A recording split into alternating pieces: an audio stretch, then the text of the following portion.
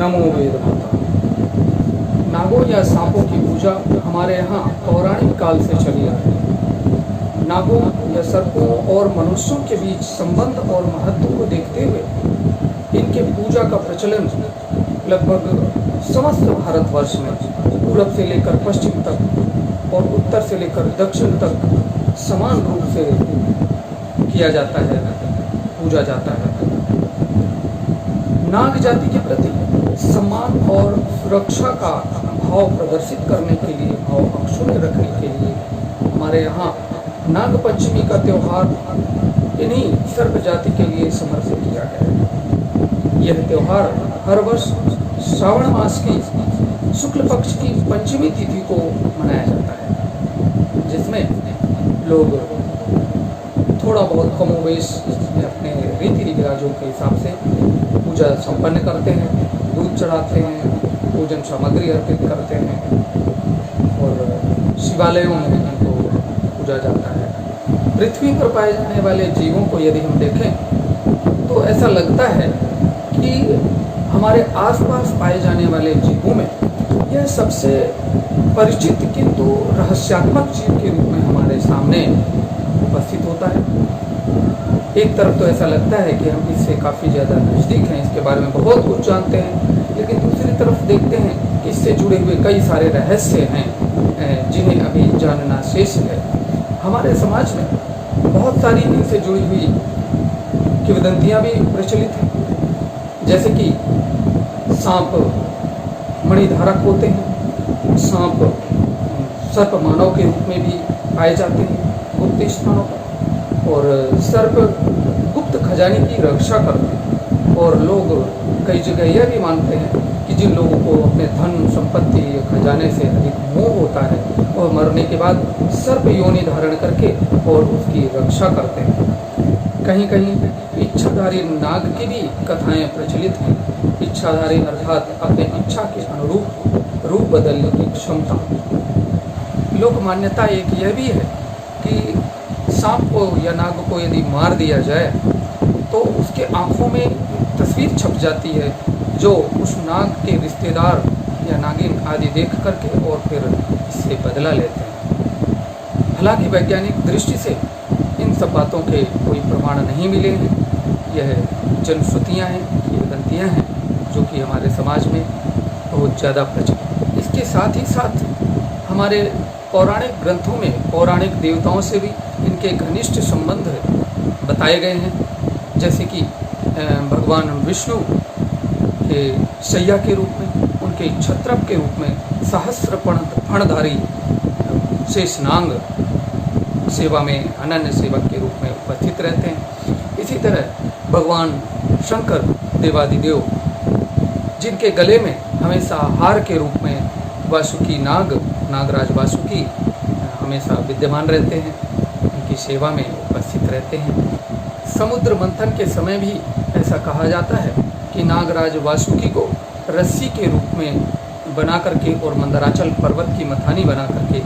देवों और दानवों ने मिल करके समुद्र का मंथन किया था और उसमें से अनेक तरह के रत्न,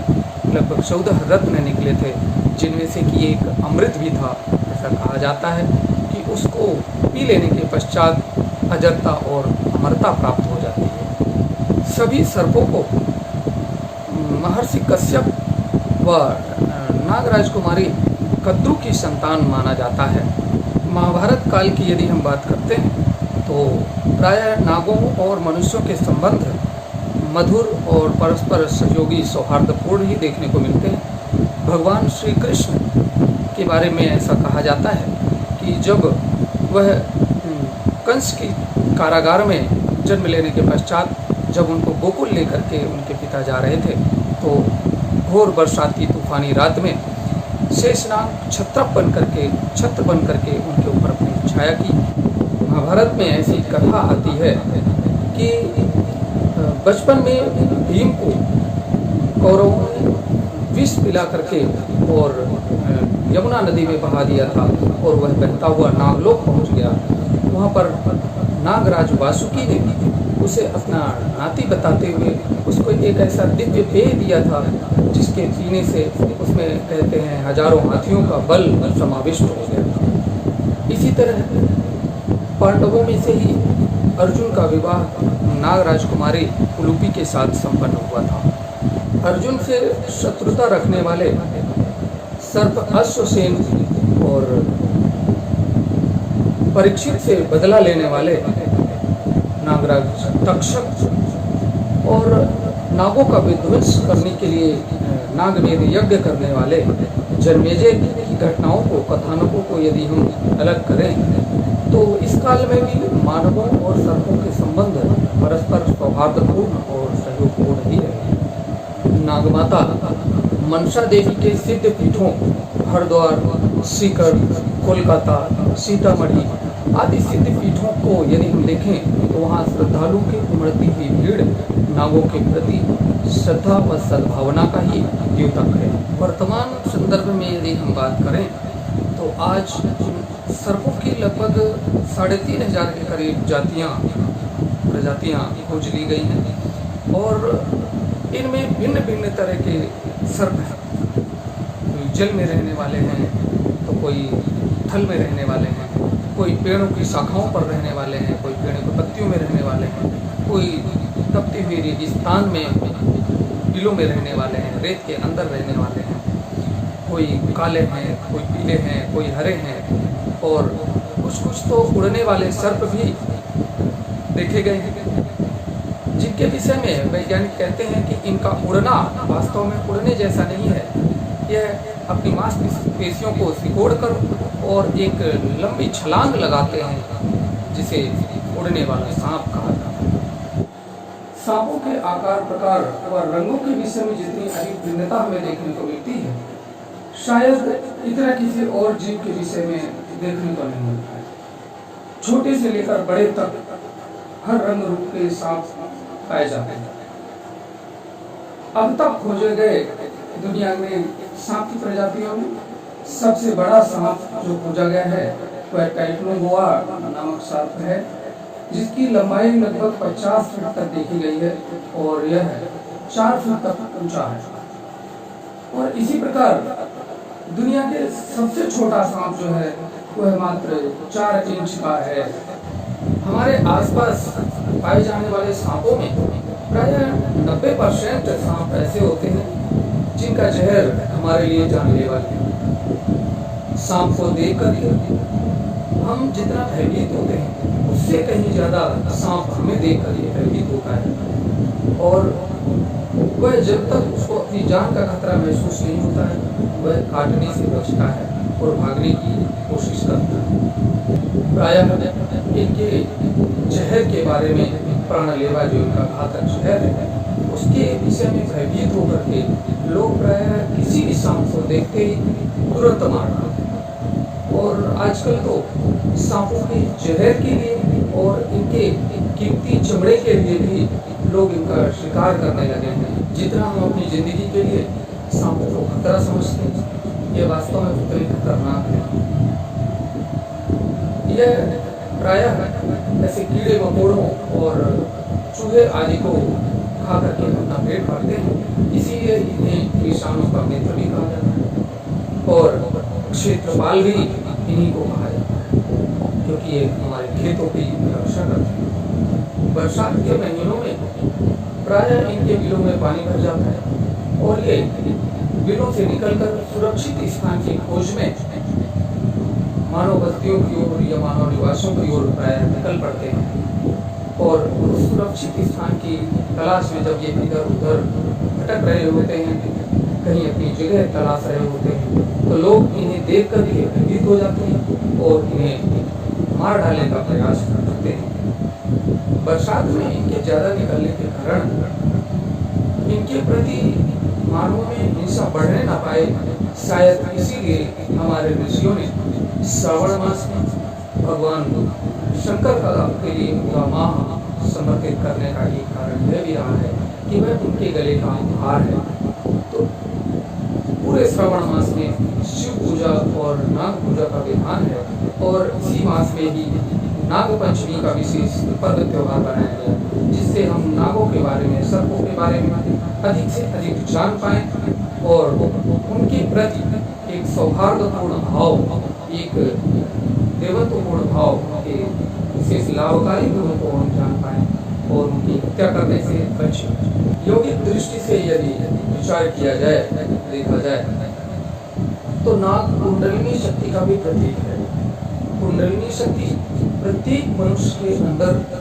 उसकी मूल जीवनी शक्ति है, उसकी शक्ति का स्रोत है। ये कुंडलाकार नाग की तरह सुषुप्तावस्था में, अर्ध सुप्तावस्था में हमेशा पड़ा रहता है और योगिक प्रक्रियाओं के द्वारा इसको जगा करके और नियंत्रित करके इसको सुषुम्ना नाड़ी के माध्यम से भिन्न भिन्न चक्रों से होते हुए सहस्रार्ध तक पहुंचाने का उपक्रम भिन्न भिन्न योगिक साधना पद्धतियों के द्वारा किया जाता है। कुंडलिनी शक्ति की बहुत थोड़ी सी मात्रा ही हमारे संपूर्ण जीवन का संचालन करती है और लगभग वही शक्ति हर मनुष्य को जीवनी शक्ति प्रदान करती है और यह हमारे भिन्न भिन्न चक्रों के माध्यम से हमारे अलग अलग शरीर के केंद्रों को, शक्ति केंद्रों को संचालित करती है, हमारे अलग अलग अंगों को शक्ति प्रदान करती है। ये इस कुंडलिनी शक्ति का जो मूल केंद्र है, मूलाधार चक्र बताया गया है और मूलाधार चक्र से कुंडलिनी शक्ति जब जागृत होती है तो भिन्न भिन्न चक्रों से होती हुई औरत में सहस्रार्ध चक्र तक पहुंचती है। तो यदि एक मानवीय व्यवहारिक दृष्टि से देखा जाए, यौगिक दृष्टि से विचार किया जाए, तो ऐसा लगता है कि भगवान शेषनाग की जो शैया है वह वास्तव में कुंडलिनी शक्ति ही है, जिस पर हमारा जीवन आधारित है, जिससे हमें जीवनी शक्ति मिलती है। जिस तरह भगवान विष्णु शेष शैया पर योग निद्रा की अवस्था में अपनी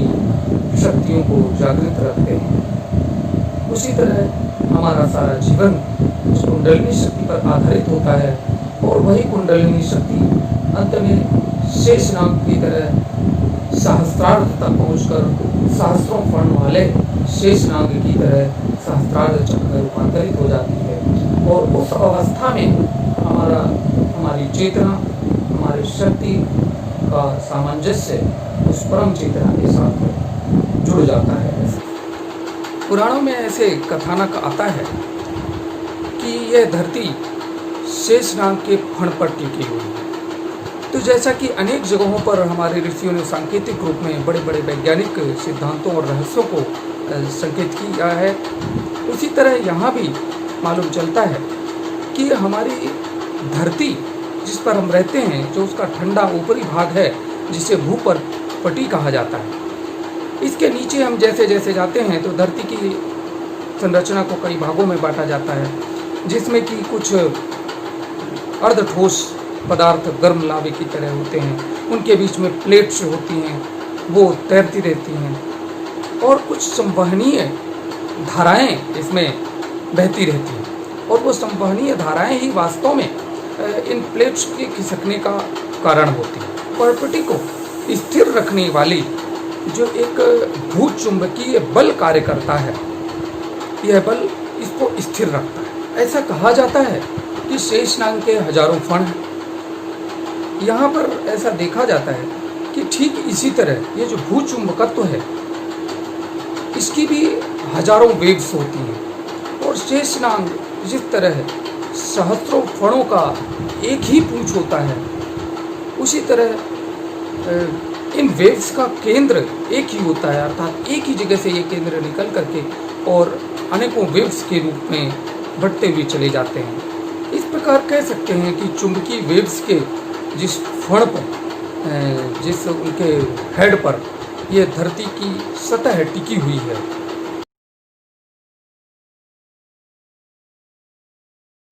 इसके आगे यह भी जुड़ा हुआ है कि जब शेषनाग हिलते हैं या करवट लेते हैं तो भूकंप आते हैं। तो यहाँ पर भी यह देखने में आता है कि जब वो है भूचुंबकत्व का केंद्र बिगड़ता है या उसकी स्थिति में, सामंजस्य में कमी आती है तो उस जगह प्लेट के सरकने से और फिर भूकंप आ जाता है। तो यह काफ़ी कुछ साम्य इस कथानक से बैठता हुआ दिखाई देता है, जिसको हम यह मान सकते हैं कि हमारे ऋषियों ने सांकेतिक रूप से इन्हीं भूचुंबकत्व को ही शेषनाग के रूप में कल्पित किया, शेषनाग के रूप में ही सांकेतिक नाम इनको दिया कि शेषनाग के फण पर धरती टिकी हुई है। सर्प या नाग या सर्प की कोई भी जातियाँ पर्यावरण का एक अहम हिस्सा है। इनको नष्ट होने से, विलुप्त होने से बचाएं। यह बिल्कुल इतने ज़्यादा खतरनाक नहीं है जितना कि हम सोचते हैं, इसलिए इनकी हत्या करने के, इनकी जान लेने का प्रयास न करें, तो इसको बचाने का प्रयास करें। यह पर्यावरण का, प्रकृति का एक अभिन्न अंग है।